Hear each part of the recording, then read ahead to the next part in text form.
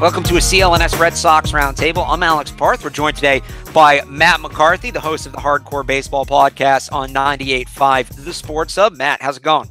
It's going well, Alex. Always good to be on with you. Going well for the Red Sox as well. Just last week, they wrapped up a sweep against the last-place Baltimore Orioles. I mean, I don't know if you can celebrate a sweep against the last-place team, Matt, but it's definitely better than... I'm fired up. It's definitely better than the alternative. Let's put it that way. A little TCOB, taking care of business. But yeah. The lines between the Red Sox and the Orioles go a little further than that this year. The Red Sox are in first place, or if you ask MLB.com, second place somehow, despite being a game ahead in the American League East. The Orioles, basement dwellers, an all-time bad Orioles team, if you look at the numbers. So naturally, they're going to look to sell. The Red Sox are going to look to buy.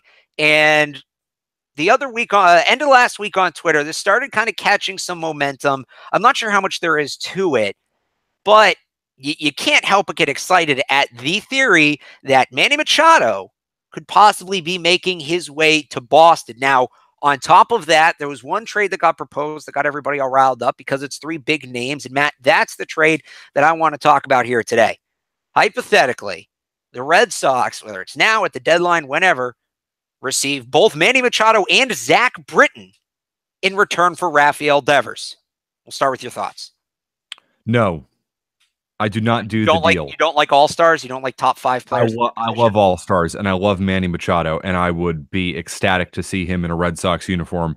The problem is I don't think you can retain Machado, and realistically, I don't see the Red Sox making this deal because they're going to cheap out on the luxury tax. They don't want to go over $237 million, and you add players like Machado and Britton, and you're going to do that. So realistically, I don't see this deal happening, but let's play a hypothetical, let's play it, hypothetically and act like it is going to happen.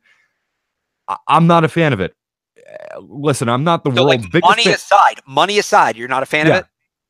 Really? No, because I don't want to give up 5 years of control for Rafael Devers for a half season of Manny Machado, because I don't think you're going to retain him. If I had some type of guarantee that you're retaining Manny Machado, I mean, I would drive Rafael Devers to Baltimore personally and drop him off and, say, see you later, buddy. Here's your bag. Have a great time.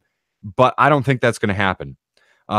If you acquire Manny Machado, does that put you ahead of the Astros in the American League? Like, I'm still not convinced. That was my next question to you. If you get, it's not just Machado. Remember, you're also getting Zach Britton. So here's the thing about Britton. I'm not convinced that he'll ever be the same again. I mean, he's coming off a serious injury. He just returned. For all I know, I mean, he could be back on the 60-day in a week. So, I mean, there are no guarantees with Zach Britton. I think Zach Britton's a name.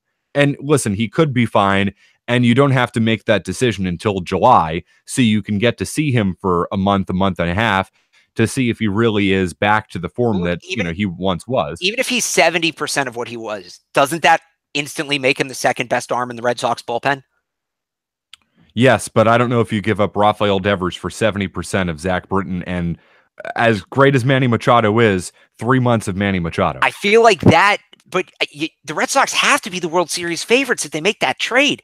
Devers is hitting .230. He can barely make contact. Swap him out, put Manny Machado next to in between J.D. Martinez and Xander Bogaerts.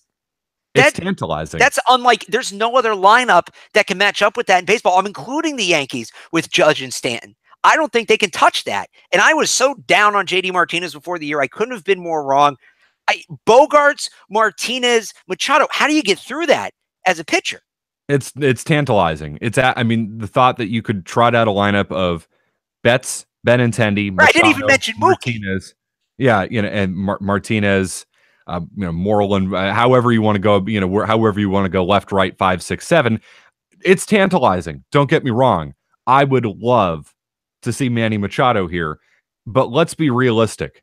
Let's think about the long-term implications, because in the offseason, Alex, would you have made this trade? Would you have traded Rafael Devers for a year of Manny Machado? I guarantee you a lot of people would have said no. So to 3 months of Rafael Devers struggling in a sophomore slump in what is still essentially his rookie year. Remember, he came up in August of last year. Are you guys ready to bail on that for 3 months of Manny Machado? Well, I'm just saying pump the brakes on this. I might be, because Rafael Devers right now would be the youngest player on the Greenville Drive. The guy is raw. And the Red Sox have a history. They did it with Jackie Bradley Jr. They've done it with numerous pitchers where they bring a guy up too early, put way too much responsibility on him. And yeah, maybe he develops into an okay player, but he never hits that level they expect because they bring these guys up way too early and shoot out their confidence. And I'm wondering if Rafael Devers is another one. And to play your crystal ball look in the future game, let me ask you this. Xander Bogaerts has what, 2 years left on his deal? Yes. What are the odds you retain Xander Bogaerts at an affordable price? A Boris guy. I'm not convinced that the price for Bogaerts is going to be that far off than the price for Machado. If you're going to throw money at one of those two guys, which one? Let's say you bring Machado in, you just write him a blank check knowing you're not going to have to pay Bogaerts, and then you can trade Bogaerts and maybe get a couple prospects or a pitcher or something. So in a way, short term, you could do this. It will help you. And if you can get him to lock up, you can upgrade over Bogaerts and upgrade another position. So if all of that happens, okay, I'm fine with it. I just don't know how realistic that is. Because if you bring Manny Machado in, if you give him a blank check and say sign on the dotted line, he's going to say, guys, I'm hitting the market. And when he goes out to hit the market in what will be the craziest offseason in a long, long time in Major League Baseball, maybe dating back to the offseason of 2000 with Alex Rodriguez and Manny Ramirez and Mike Hampton signing that absurd deal out in Colorado, like there are no guarantees that you keep Manny Machado. And if you're willing to mortgage the future for that. Are you mortgaging the future, though, by trading Rafael Devers? Yes, you are. Because with the lineup you have, is he that tied into the future of his team? And their top prospect is a third baseman, Michael Chavis. Yeah, their top prospect just got popped for steroids. Exactly. He's going to come back and hit the ball really well. I don't buy in on Michael Chavis, personally. So, yes, you are mortgaging the future because, okay, let's bring up the minor league system here. The Red Sox have nothing in the minors right now. They need as much young talent as they can get.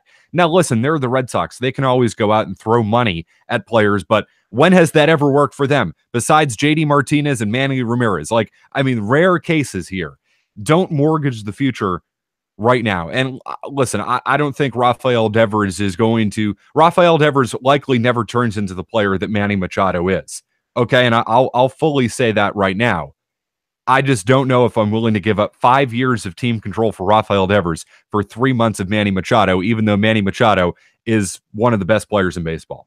I think if you make that move, and part of it, I don't know if I'd do it straight up. Part of it is Britton is tantalizing to me as well because his bullpen has been a headache.